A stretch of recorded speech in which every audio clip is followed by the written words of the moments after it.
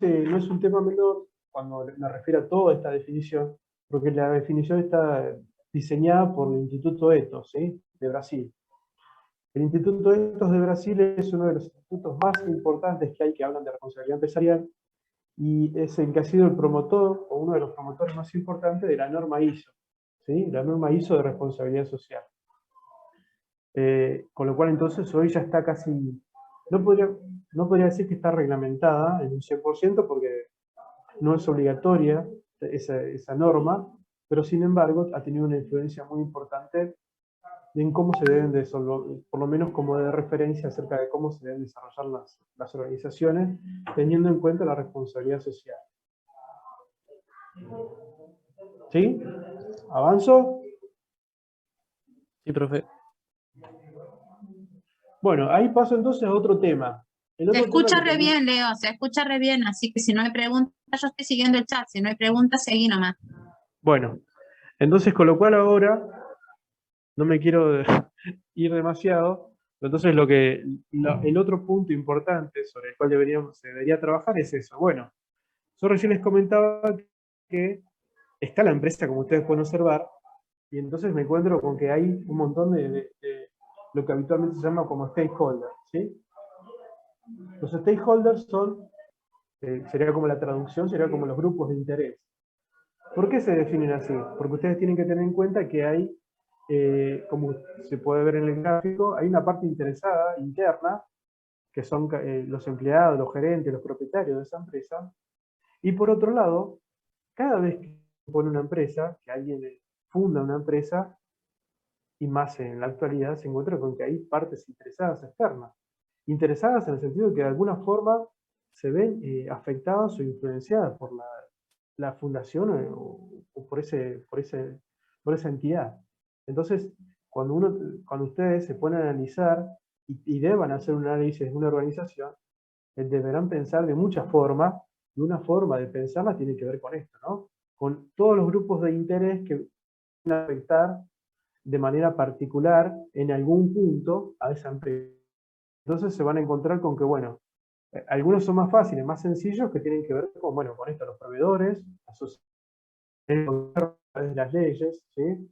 Y otras compromisos que pueden tener con el gobierno también, si trabajan con el gobierno o no, supongamos, o hay algún tipo de vinculación, los acreedores y los clientes.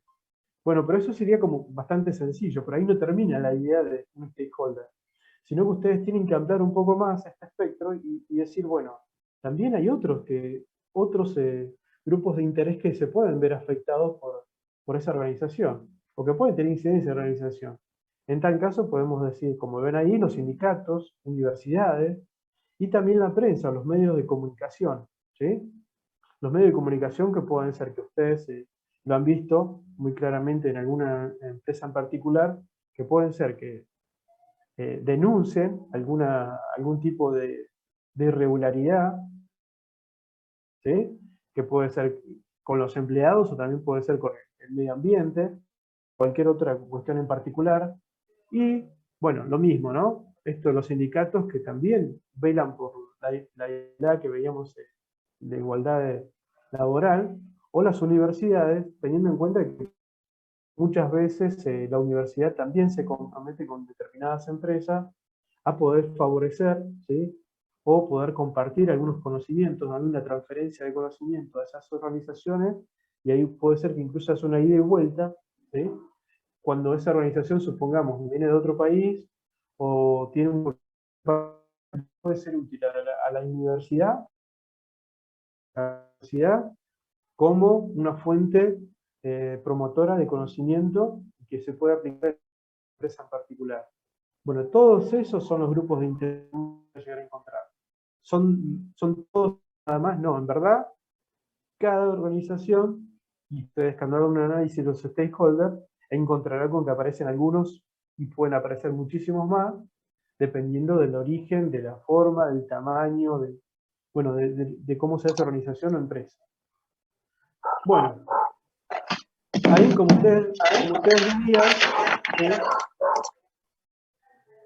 ustedes veían, entonces eso sería la definición de grupos de interés. Aquellos grupos que se ven afectados directa e indirectamente por el desarrollo de la actividad empresarial. Y por lo tanto, ¿sí? Si te ves afectado, esto no quiere decir que son entidades pasivas que no hacen nada, ¿no? O que no pueden hacer nada. De alguna forma, si se ven afectadas, también pueden reaccionar, ¿sí? Pueden tener un efecto reactivo frente a una situación en particular y pueden actuar a favor o en contra, digo, de alguna acción en particular de esa empresa. ¿Avanzo? Sí, profe. Bueno, y acá como les decía, como ustedes pueden ver, no es solamente este cuadrito, sino que hay muchísimos más, ¿no? ONG, medios de comunicación, universidad, consumidores, cámaras empresariales, consejos profesionales y la comunidad en general, que como dice acá, pero también no se queden con esa idea, porque a veces también puede ser como grupos en particulares también que se ven afectados. Un caso muy, no sé si habitual, pero que ustedes pueden llegar a identificar claramente, pueden ser las petroleras muchas veces cuando tienen que explotar, tienen que hacer uso de los territorios que son indígenas, ¿no? Son mapuches, entonces tienen que tener una cierta, hay un grupo, esos son grupos de intereses que muchas veces inciden en la empresa y viceversa, ¿no? Entonces podrían ponerlos ahí también. O algún caso en particular de que se puede llegar al mundo de la organización y demás, ¿no? Bueno, lo que sí tengo que, ya avanzando un poco más, ustedes se tienen que hacer esta pregunta también. Cuando se habla de responsabilidad social empresarial, ¿no? Nosotros estamos hablando de administración y nos enfocamos en una organización particularmente que es una organización que genere rentabilidad. Pero no es solamente la única forma de pensar, digo, no es solamente el único concepto que aparece, sino que muchas veces también aparece la responsabilidad, otro concepto diferente, ¿no? Y ese concepto inevitablemente tiene que ver con organizaciones que no necesariamente generen rentabilidad o la búsqueda de hacer la rentabilidad. Pero bueno, en este caso, en esta materia en particular y en este contexto estaríamos hablando de la idea de una responsabilidad social empresarial, ¿sí? Pero bueno, esto entonces, como pueden leer ahí, la idea de responsabilidad social de la empresa, hoy es casi un hecho, ¿no? Ustedes en un momento lo ven como una cierta discusión, si era una moda o si era solamente algo pasajero, y si repentino, o sea, si íbamos a volver a una visión como un poco más tradicional, si se quiere. La realidad es que hoy ustedes que son generaciones más nuevas, se encuentran con empresas, no están comprometidas, no solamente con el ámbito en el cual se encuentran, ¿no? Digo, el barrio, la ciudad y demás, incluso con el país o la provincia, y eso no tiene un compromiso a largo plazo, es muy probable que las generaciones siguientes nos veamos todos por la intervención de alguna organización. Entonces, con lo cual, uno podría dejar no puede negar la importancia que tiene este concepto hoy y la importancia de que esto se pueda aplicar en las organizaciones, ¿sí? Esto no quita que no sea algún trabajo sencillo, porque hay muchas organizaciones que todavía ni siquiera conocen el concepto, o si lo conocen, están mal, lo aplican de una manera no adecuada, o por otro lado, entonces, tiene que ver con todos los cambios que ustedes pueden apreciar a nivel global, que sería el calentamiento global, bueno, la desertificación de casi muchos lugares, bueno, el cambio climático. Todo eso hoy para nosotros es una realidad, ¿no? La desertificación, incluso de algunos bueno, lugares que eran propicios para el agricultivo, ahora ya no lo son. Ustedes se pueden ver en términos generales, eso, si no se toma en cuenta o si no se hace nada hoy, es probable que a futuro eso sea muchísimo más complejo que lo que hoy es en realidad. Así que ustedes se pueden quedar con esta idea también, ¿no? Pueden pensar que es solamente una moda, una cuestión de maquillaje, en algunos textos aparecen así, pero también no pueden negar que hoy las organizaciones estamos necesitando y necesitan de que haya un compromiso más con la sociedad y con todo el medio en el cual están, porque si no, lo que está en peligro es toda la humanidad, ¿no? Así que bueno, realmente que es discutible, ¿no? Pero bueno, se los cuento así muy rápido. Avanzo entonces con otra cuestión.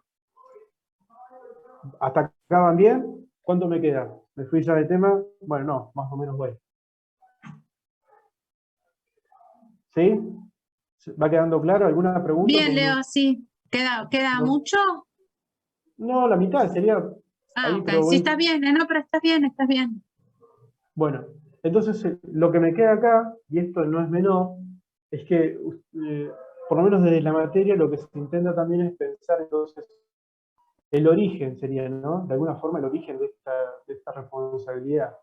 Eh, Ustedes ven ahí a Clisberg, es importante para nosotros, para la administración es importante, porque es un referente no solo a nivel nacional, sino también hoy puede decirse que es a nivel mundial. Tiene un montón de títulos y hace ya bastante tiempo que se ha abocado a pensar y a escribir muchísimo acerca de esto, ¿no?